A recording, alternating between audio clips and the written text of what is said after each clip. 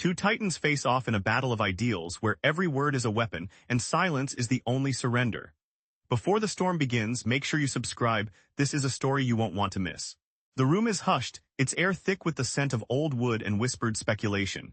Cameras pan like predators, their lenses swallowing every shadow, every flicker of tension. The stakes hang heavy as a pendulum poised to swing either way, and the audience holds its breath, waiting for the first crack of lightning. J.D. Vance stands at the edge of the stage, his posture rigid, his jaw clenched like a man about to strike a match in a windstorm.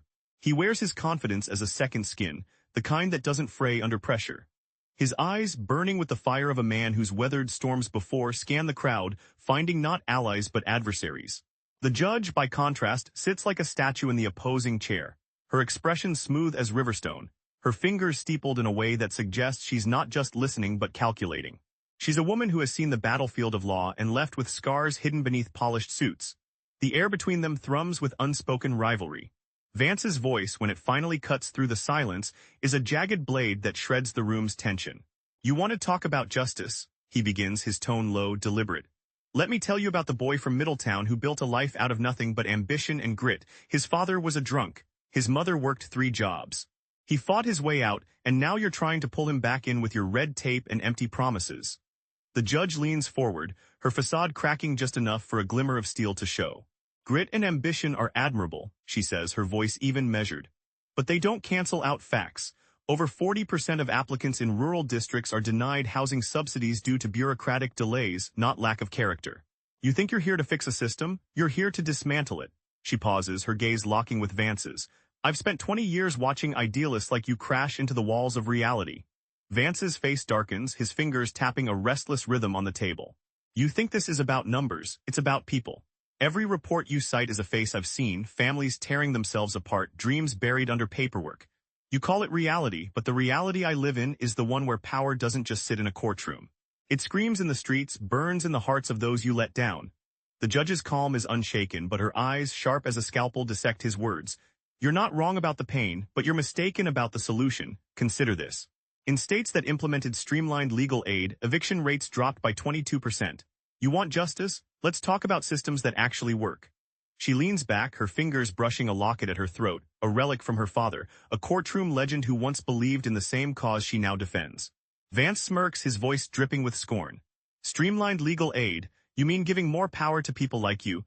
Let me tell you about the time I watched a court clerk with a degree in business change a rule to favor corporate interests over workers' rights. That's not a system working. You're vomiting policies into a vacuum, hoping they'll fill the gaps." The judge's lips curl faintly, as if savoring a bitter truth. "Loyalty to the system isn't a sin, JD, it's a requirement. In 2018, a bill passed in Ohio that you supported without a single question.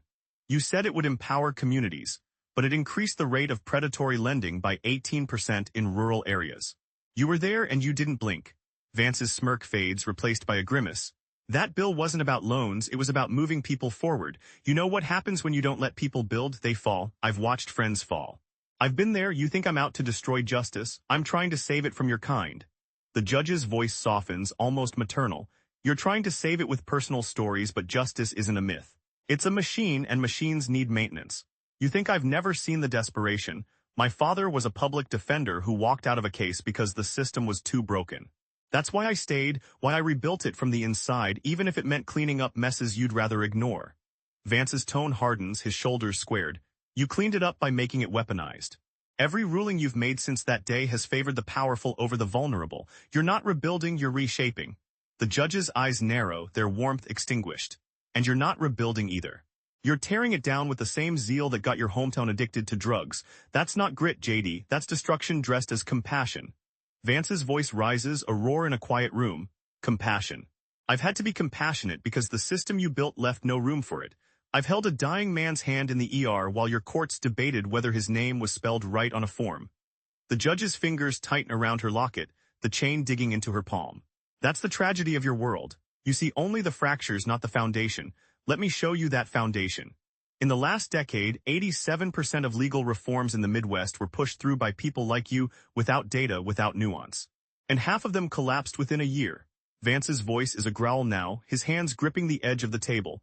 "Half don't matter if the other half are people who need a hand, not a lecture." The judge stands, her presence commanding. Then let's make this personal. Your mother's first job was that a storefront or a desk?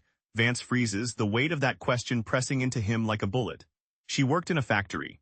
Not every story is yours, Judge. The judge smiles, a cold, calculated thing. No, but every story is part of the machine, and I've spent my life ensuring that machine doesn't favor one part over another. Too bad you're too blinded by your own fire to see it. The cameras flash like fireflies in the dark, their lights carving the space between them. The audience is breathless, holding the question that won't be answered today: who will break first? The answer lies in the next clash where ideals meet the cold reality of power. Stay tuned.